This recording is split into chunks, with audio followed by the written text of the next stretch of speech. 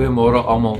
Ons praat van om stil te wees en om God se teenwoordigheid moet kom. Om stil te wees en te weet dat God is God. Dis wie hy is. Hy is ons Here. Hy is die een wat vir ons sorg. Hy is die een wat na ons kyk, maar hy is die een ook wat by jou kan kom sit. En in 'n tyd van nood of enige tyd en sê Here, ek wil net met U tyd spandeer in my stilte tyd. En net stil te raak en te weet dat die Here God is. Ek dink aan Dawid in Psalm 136 wat hy, en ek lees dit graag vir ons vers 1 en sê loof die Here want hy is goed. Aan sy liefde is daar geen einde nie. Aan God se liefde is daar geen einde nie. Maar hy begin om te sê, maar loof die Here. Jy het 'n keuse om jou siel op te wek en sê, kom siel, ek loof die Here.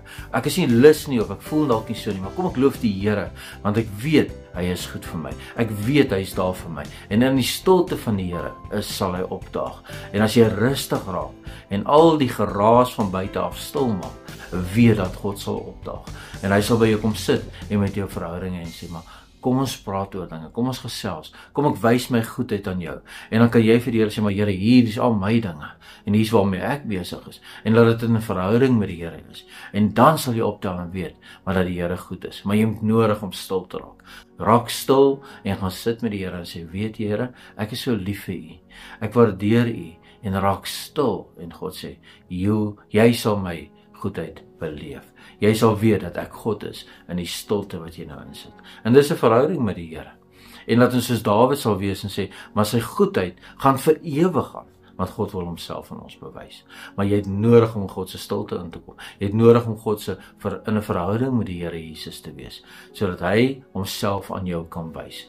Die wêreld raak so geraas en raak so loud daar buite, en ons raak so doenig met baie dinge, en die vyand gooi ons met baie probleme en dinge daagliks. Maar in daai, te midde van dit, stil te raak en sê, Here, ek haal asem en ek raak stil in U teenwoordigheid. En al daai dinge los ek nou en sê, Here, wys U grootheid vir my. En dit is elkeen van ons se keuse. En ons moet dit daagliks doen. Daagliks in God se teenwoordigheid kom. As ons tyd met ons. Laat hy sy grootheid vir ons bewys. Kom ons bid saam. Here, help ons om vandag U goedheid te sien. Help ons om in die stilte U te soek, Here Jesus. Help ons om alle geraas om ons stil te maak, almal wat geld soek, almal wat dit wil hê, almal wat dit van ons vereis, ons tyd van ons vereis. Help ons om stil te raak en net asem te haal en sê, Here, wys U self aan my vandag. Laat ek U goedheid beleef, want U woord sê, U goedheid gaan vir ewig.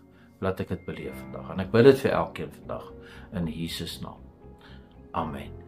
Amen, en mag jy 'n wonderlike dag hê.